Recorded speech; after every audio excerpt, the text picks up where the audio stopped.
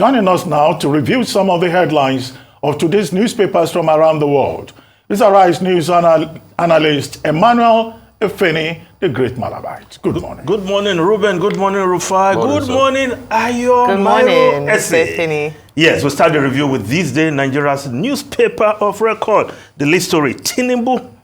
We are set to change narratives surrounding Nigeria's economy, reiterates with Supreme Court affirmation of his election, no more distractions.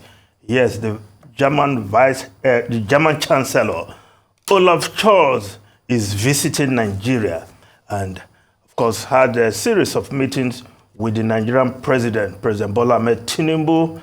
And the president, after the series of meetings, 3 meetings, there was this joint press conference, and the president stating clearly that Nigeria is still crawling, but we are determined to change the narrative and bring about transformative government in the country.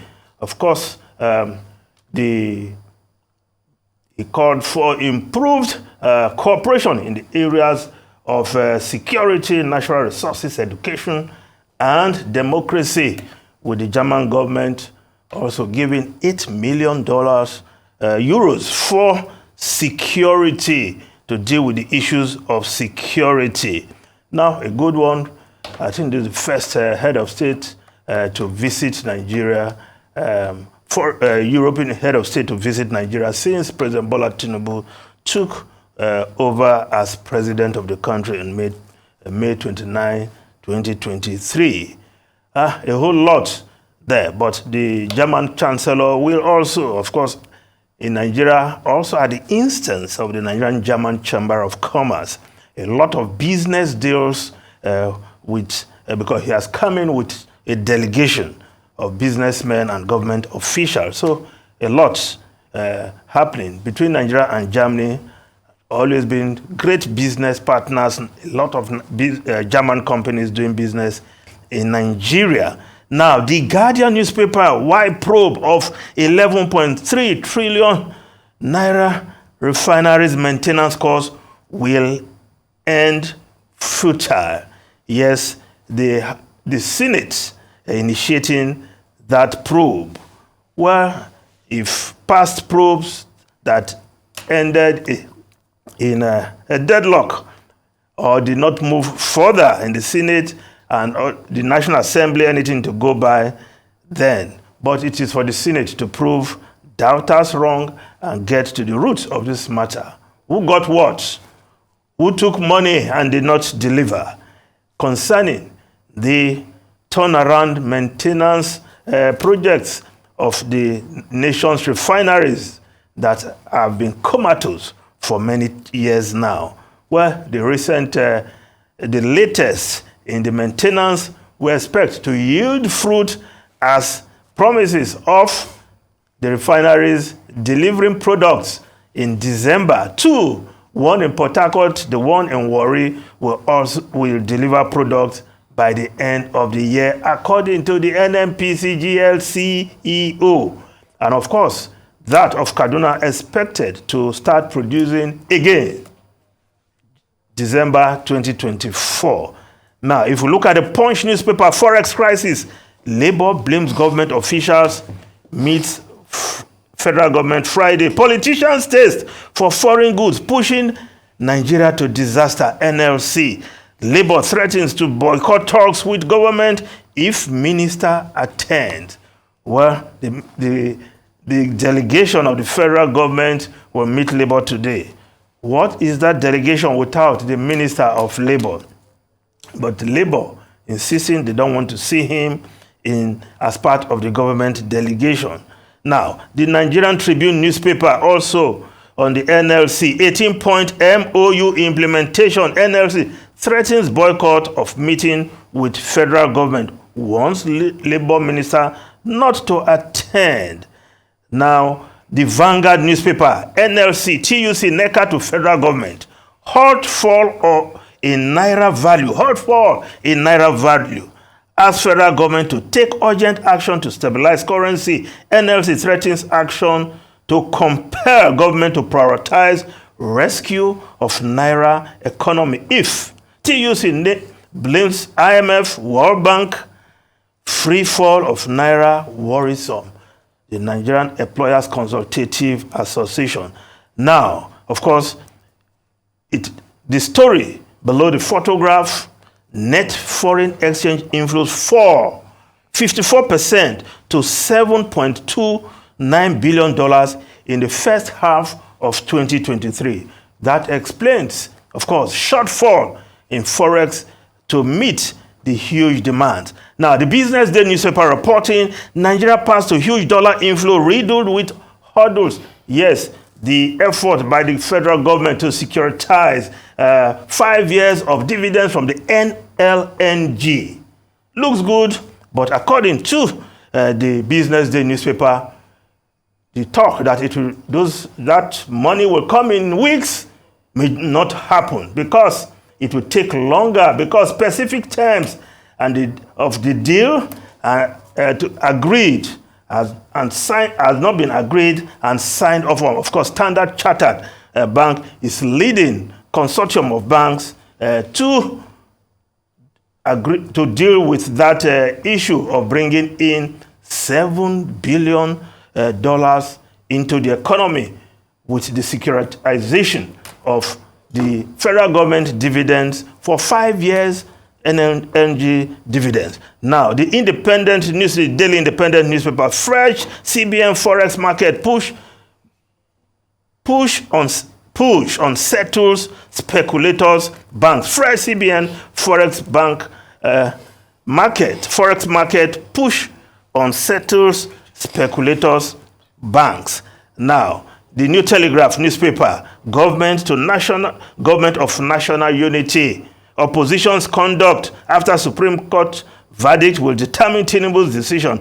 Marafa, APC's petition to NBA confirmation of planned intimidation, harassment of our leaders. Labour Party allow Tinubu to concentrate. Olubado pleads with opposition.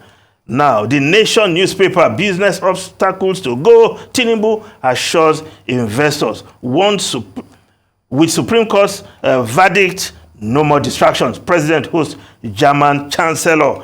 Now, the Blueprint newspaper, how I fought P&I, the fraud, saved Nigeria $15 billion trauma. Buhari, yes, former President Buhari, of course, taking credit because he says it was an attempt to hurst of historic proportion. Nigeria won the battle with corruption, but the war is far from over. Former President Buhari taking credit there. Now, the Abuja Inquirer, FCTA misses IGR target for 2022. Record 76 billion naira shortfall. Now, the foreign newspapers quickly. The Times of London, UN warning on Gaza as desperation takes hold. The Daily Telegraph, Hamas blocks exit of foreign citizens. American Britons trapped inside Gaza, claims U.S. as Israel sends more troops. Yeah, Ruben Rufai Ayo. Terrible humanitarian crisis unfolding in Gaza. And it's so bad that there's been complete civil disorder with people, attacking warehouses just to be able to have access to food. And within this context, Prime Minister Netanyahu continues to insist that the war will be long and hard and the ground offensive will be long indeed. But what has happened now is that Hamas is also not allowing foreigners to leave. There are about 200 Britons that are trapped there, about 600 Americans, according to an estimate. But what is even more worrisome is the escalation of the crisis. Iran is already saying if Israel moves in further, then Iran will be compelled to also support Hamas. But even more frightening is that over the weekend, a flight from Tel Aviv to someplace in Russia, I think Dagestan or so. Dagestan, yeah. Yes.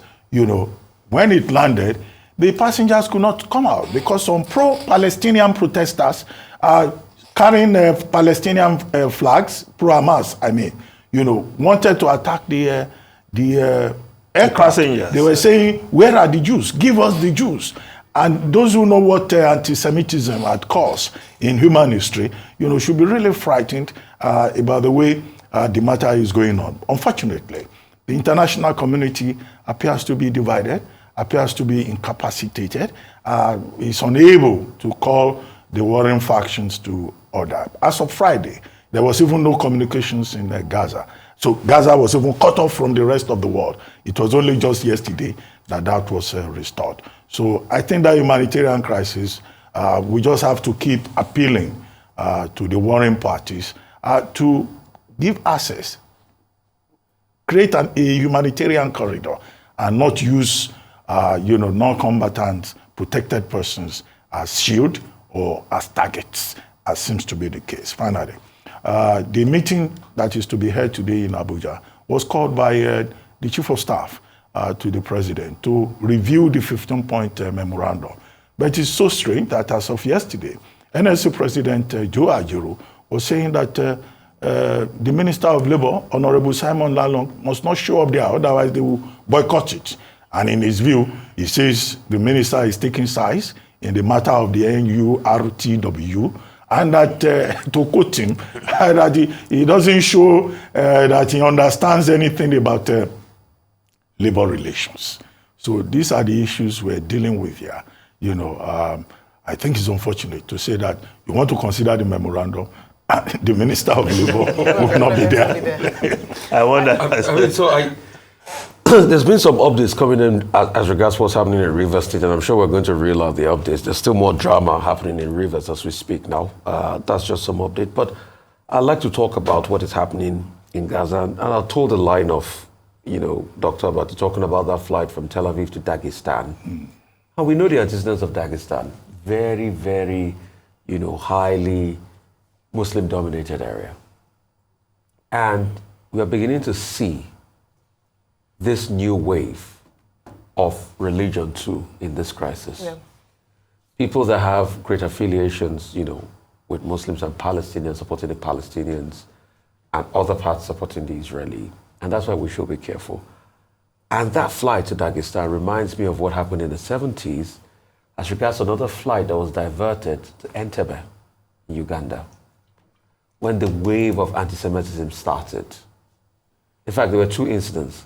The first incident was that of the Munich Olympics. The second incident was the fact that was diverted to Entebbe in Uganda, and you had Operation Entebbe, where this current Prime Minister's brother, Yotam, died. He was in the Israeli army in that operation. And we should be careful because we don't want to escalate that. But Israel too has a role to play. There's been need for a ceasefire. People have been calling for a ceasefire, but Israel still wants to go in there. In fact, they started going in there to decimate Gaza even more. And we cannot move forward if we don't have a ceasefire and go back to the negotiation table. I do not know probably who will be able to speak to Benjamin Netanyahu, because obviously the Americans will not be able to tell him the truth. They don't want to tell him. They don't want to tell him the truth. They will not. No, they will not be able. I know what I said. They will not be able to tell him the truth because of the strong Jewish lobby in America. So it's not that they don't want to tell him the truth. See, officially the Americans will say something, but when you hear unofficially what they'll say, they too they know that they can't stand Benjamin Netanyahu. But in the public eye, because of the strong Jewish lobby in America, they will want to align. And that's why we should be careful so that we don't escalate this crisis. And I just wanted to say this concerning NLC. I'd like to tell them to get real. There's no way you will have a deal with the government without having the minister there. NLC is quickly losing any little modicum of credibility it's got left. Or is that not their own way of protesting? So that if they don't, if they're not in agreement with the minister and they say they've lost confidence in his ability to perform in this role, then perhaps the president might want to reconsider his appointments, because this is not the first time they've not quite agreed with the Minister of Labour and Employment. That's what I was saying, this is not the first time. Dr. Chris Ngige and they didn't have quite a good relationship. But it means that maybe we haven't gotten it right in the appointment of Minister of Labour and Employment. Or maybe that being a Minister of Labour and Productivity is a difficult job. It is. Because you are always on the other side against Labour. Thank you very much, Emmanuel Efene.